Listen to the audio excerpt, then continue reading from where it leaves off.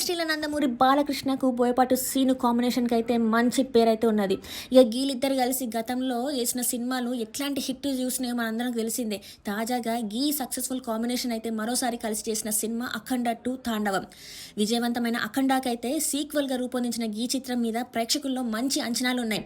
ఇక ఈ చిత్రం ట్రైలర్ కూడా ఆకట్టుకోవడంతో సినిమా పైన అటు ప్రేక్షకుల్లోనూ ఇటు నందమూరి బాలకృష్ణ అభిమానుల్లోనూ అంచనాలు మరింత పెరిగినాయి.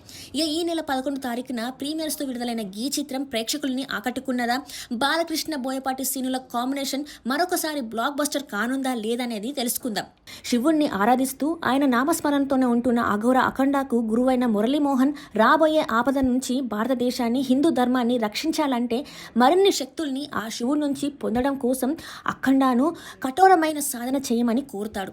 భారతదేశాన్ని దెబ్బతీయాలంటే భారతీయుల సనాతన ధర్మాన్ని దెబ్బతీసి తద్వారా ప్రజల్లో దేవుడి మీద నమ్మకాన్ని తీసేయాలని, అప్పుడే భారత్ పైన దాడి చేసి భారతదేశాన్ని ఆక్రమించాలని టిబెట్ దేశ జనరల్తో పాటు చాంగ్ కలిసి ప్లాన్ చేస్తారు. ఇందుకోసం ఠాకూర్ కూడా వీళ్ళతోని చేతులు కలుపుతాడు.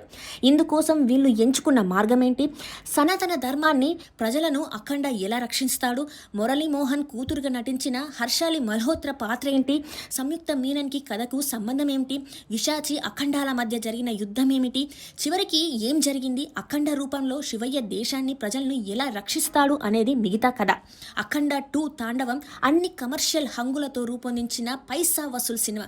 డివోషనల్ టచ్తో హై వోల్టేజ్ యాక్షన్ సినిమాగా తెరకెక్కిన ఈ సినిమాలో లాజిక్లు వదిలేసి సినిమాను సినిమాగా చూడాలనుకునే వారికి ఈ సినిమా నచ్చుతుంది. ముఖ్యంగా బాలకృష్ణ అభిమానులకు ఈ సినిమా మంచి సంతృప్తినిస్తుంది.